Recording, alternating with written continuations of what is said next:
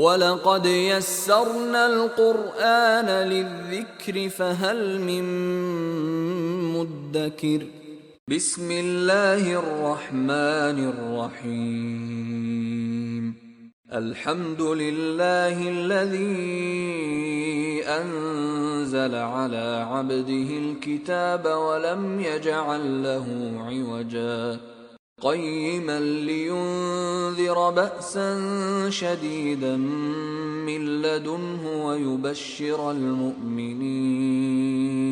ويبشر المؤمنين الذين يعملون الصالحات أن لهم أجرا حسنا ماكثين فيه أبدا وينذر الذين قالوا اتخذ الله ولدا ما لهم به من علم ولا لآبائهم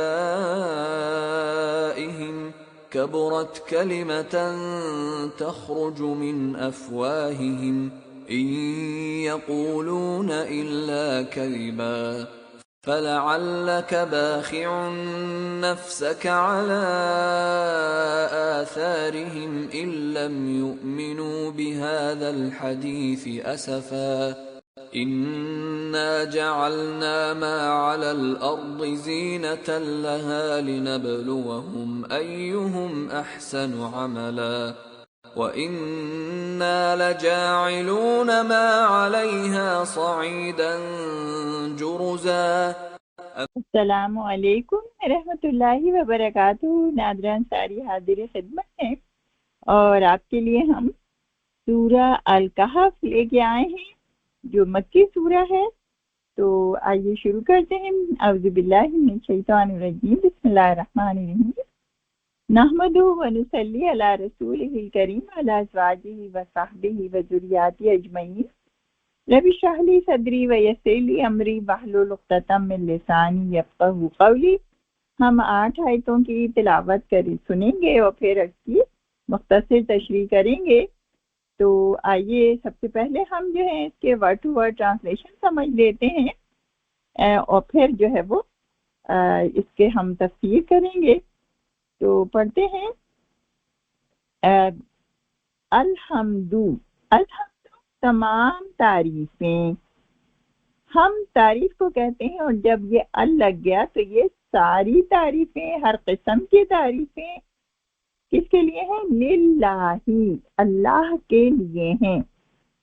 اور پھر اللہ سبحانہ تعالیٰ کے لیے ساری تعریفیں، سارے شکر ہیں۔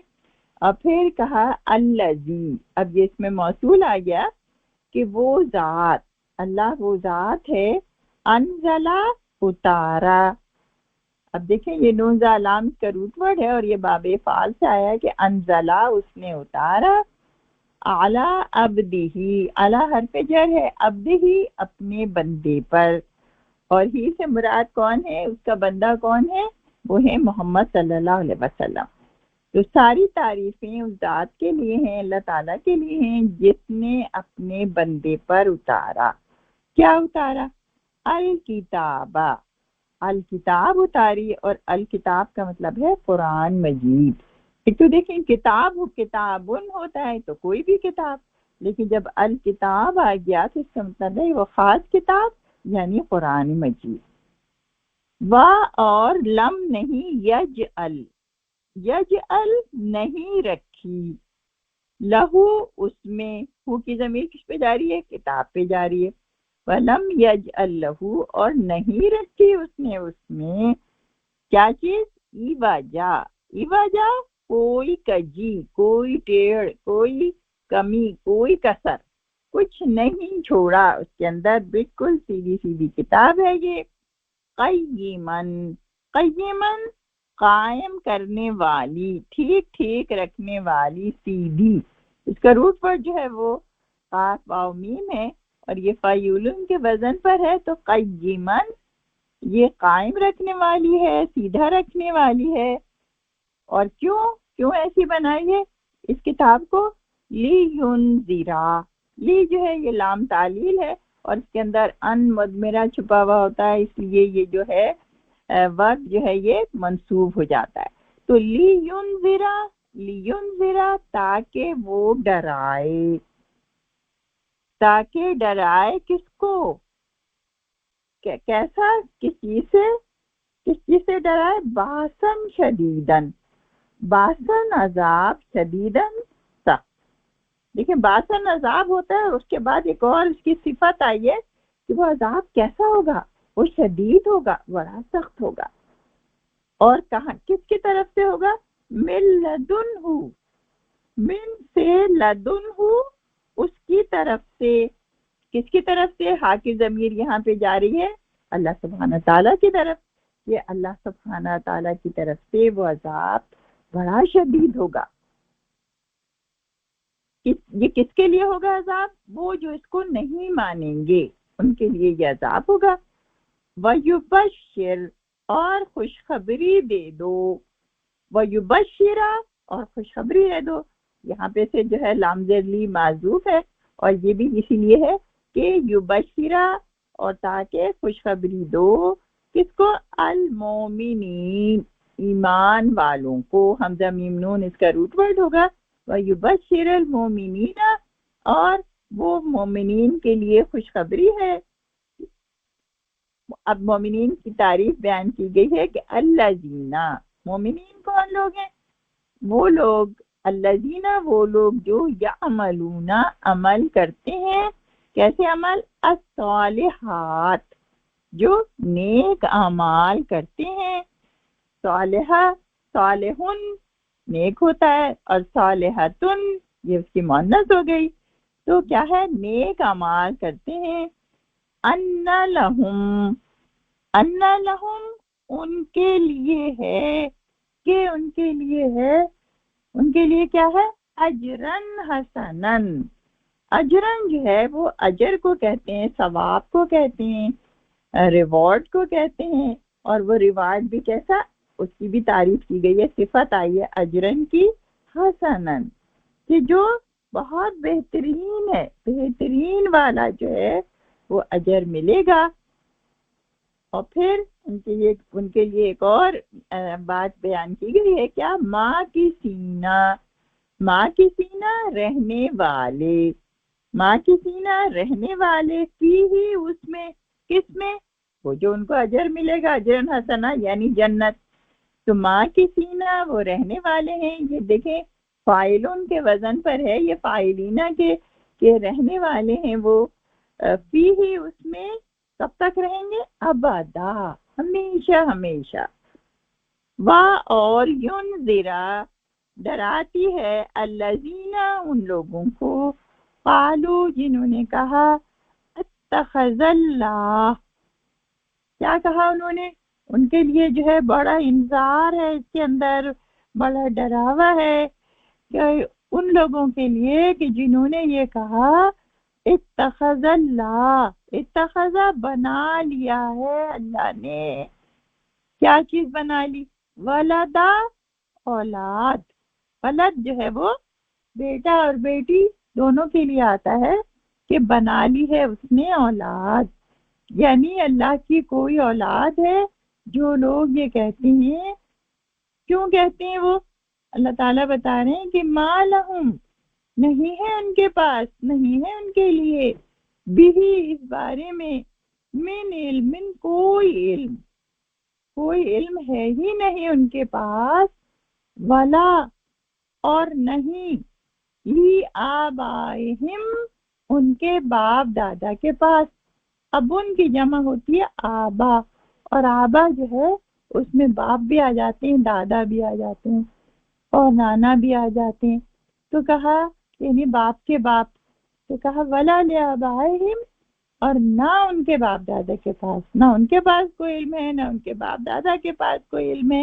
مگر وہ ایسی بات کہتے ہیں، اور اس بات کے لیے کیا کہا گیا، کبورت بہت بڑی بات ہے، کلمتن بات، یہ والی بات کہ اللہ کی اولاد ہے، تخرجو نکلتی ہے، خراجی مسکروفر ہوگا، تخرجو نکلتی ہے، من افواہہم نا، افواہ جو ہے منہ کو کہتے ہیں، منہ کی جمع ہے یہ، تو کیا کہا، یہ بات ان کے منہ سے نکلتی ہے، کتنی بڑی بات ہے، بہت بڑی بات ہے کہ جو وہ اپنے منہ سے بغیر علم کے نکالتے ہیں۔ ان یقولون، ان یہاں پہ نہیں کے معنی میں آئے گا، ان یقولون نہیں وہ کہتے، کیا الا مگر کذبا جھوٹ، سوائے جھوٹ کے کچھ نہیں ہے یہ بات۔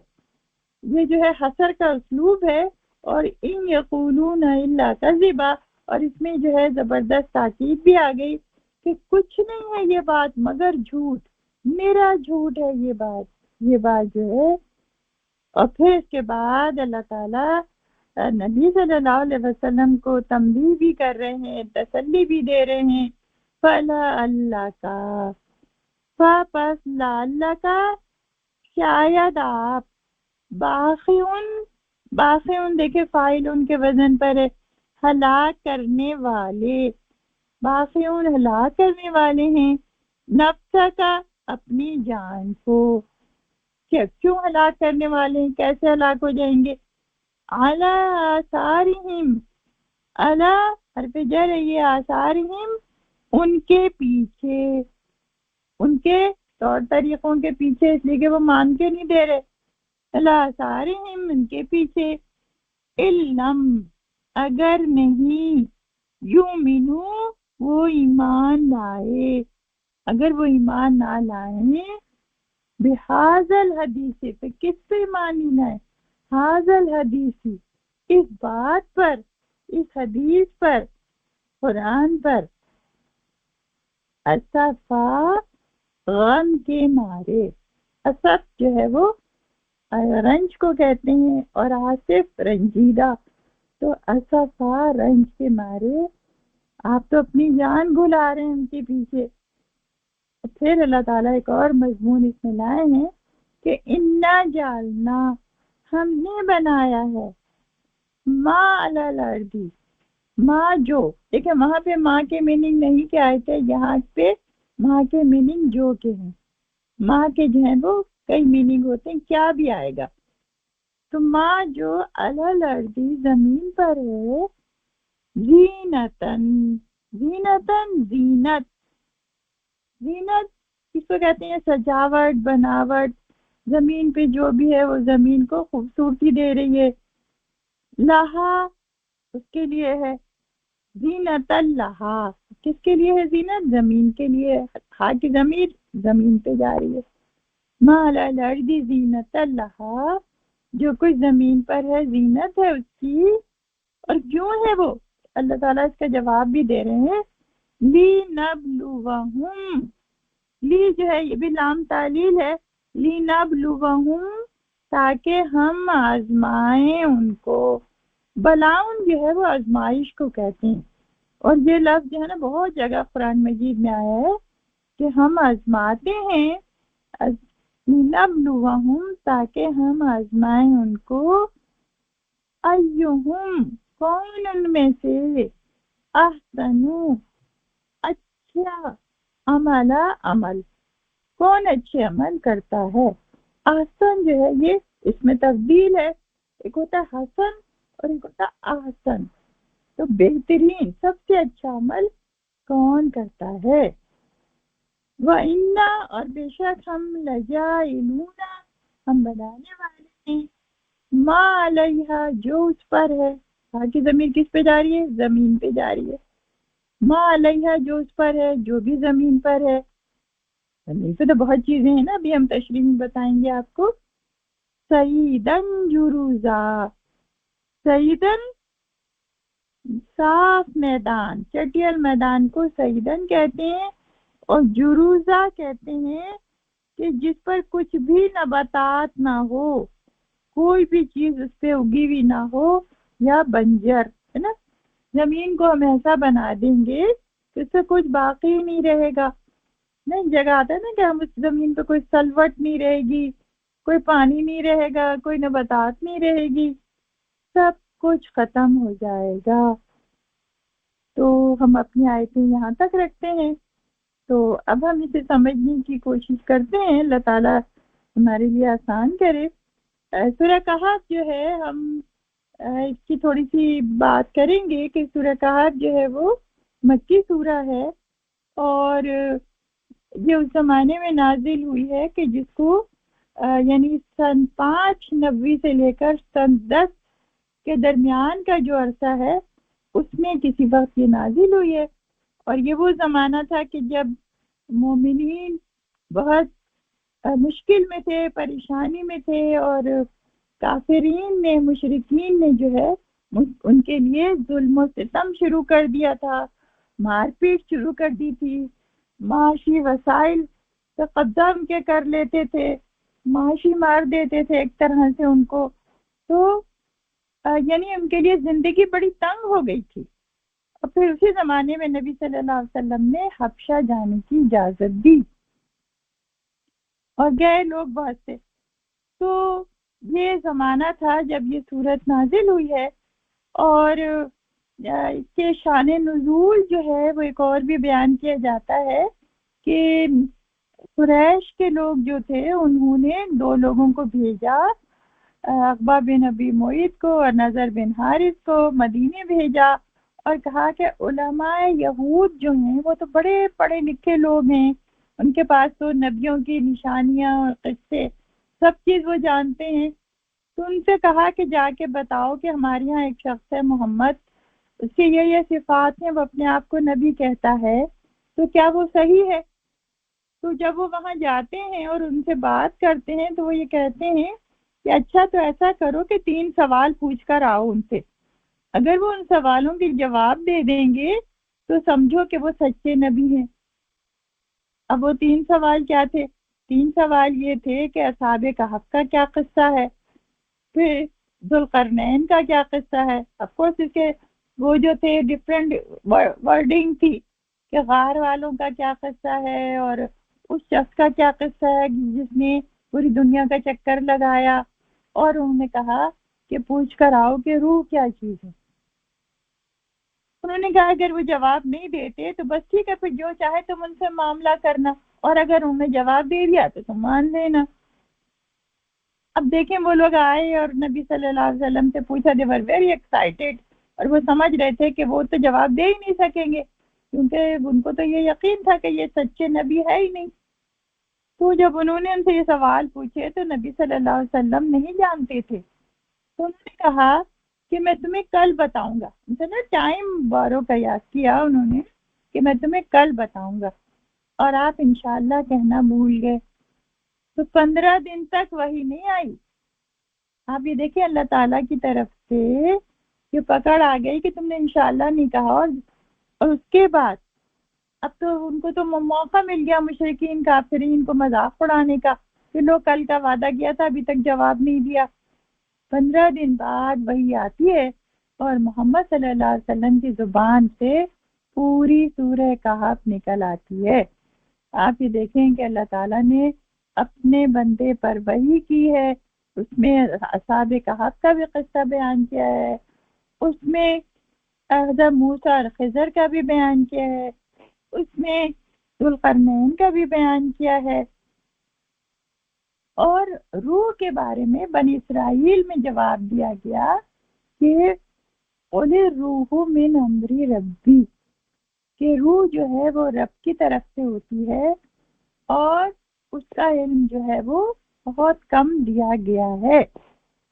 تو سبحان اللہ، تو یہ اب تو کافر تو دنگ رہ گئے، لیکن جن کو ماننا تھا انہوں نے مانا، جن کو نہیں ماننا تھا انہوں نے نہیں مانا۔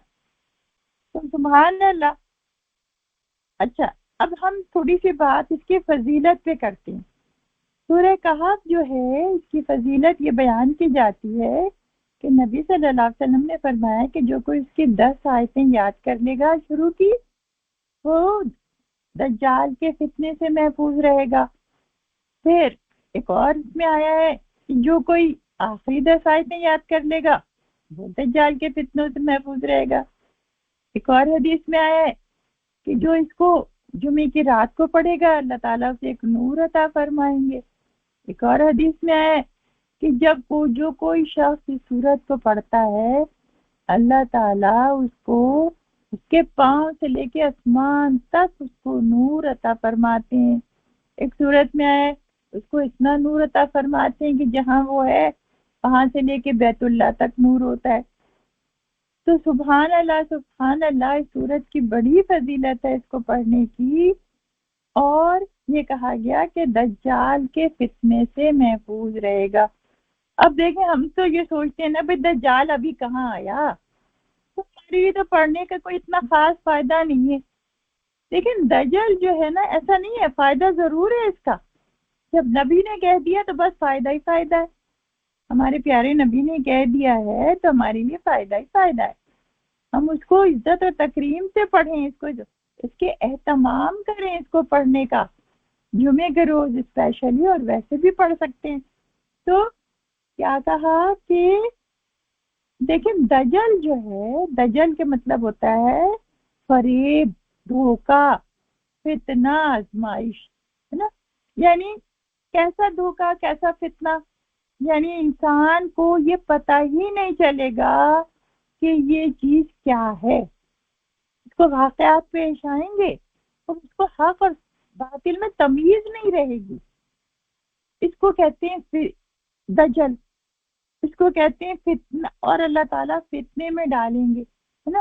تو دیکھیں فتنے، جتنے بھی فتنے ہو سکتے ہیں نا وہ اس میں بیان کیے گئے. سب سے پہلا فتنہ جو ہے وہ کیا تھا، وہ تھا توحید کا فتنہ، ہے نا، کہ بھئی لوگ جو ہیں وہ اللہ کے ساتھ لوگوں کو شریک کر رہے تھے. غار والوں کے قصے میں یہی تو ہے. پھر اس کے بعد آخرت کا فتنہ کہ پتہ نہیں آخرت ہوگی کہ نہیں. تو یہ بھی ہے کہ بھئی اتنے سال بعد اللہ نے دوبارہ زندہ کر دیا. پھر اس کے بعد جو ہے فتنہ کس کا ہوتا ہے، مال کا فتنہ ہوتا ہے. باغ والوں کا قصہ بیان کر دیا. پھر موسیٰ اور خضر کے قصے سے اللہ تعالیٰ نے بتایا ہے کہ اللہ کے احکام شریعت پہ دنیا چل رہی ہے. وہ چیزیں جو ہمیں سمجھ میں نہیں آتی وہ انسان کو پتہ ہونی چاہیے کہ وہ اللہ کے حکم سے ہو رہی ہیں. اور اس کے بعد ذوالقرنین کی بات ہوئی ہے کہ دنیا میں جو ہے وہ کیا کیا چیزیں جو ہیں وہ ہو رہی ہیں.